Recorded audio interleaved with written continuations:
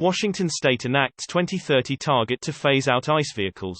April 11, 2022. Washington State Governor Jay Inslee has signed into law a bill requiring all new cars registered in the state to be electric by 2030.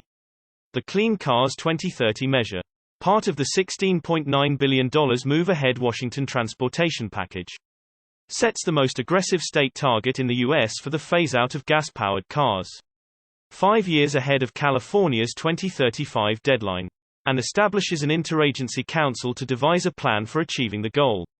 A coalition led by Cultura, a non-profit focused on phasing out the use of gasoline, directed the campaign that led to the passage of the measure.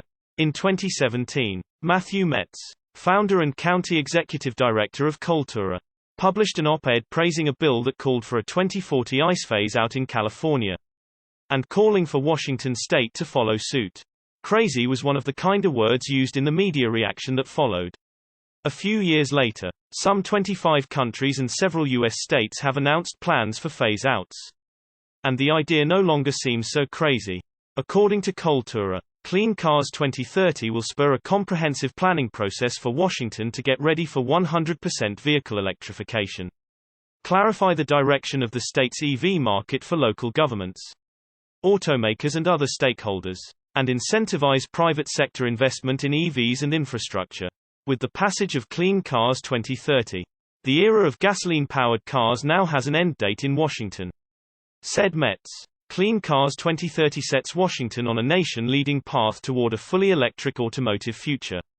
Passing Clean Cars 2030 will create a clear path forward for the future of the electric vehicle transition in our state, said Senator Marco Leas, one of the bill's sponsors.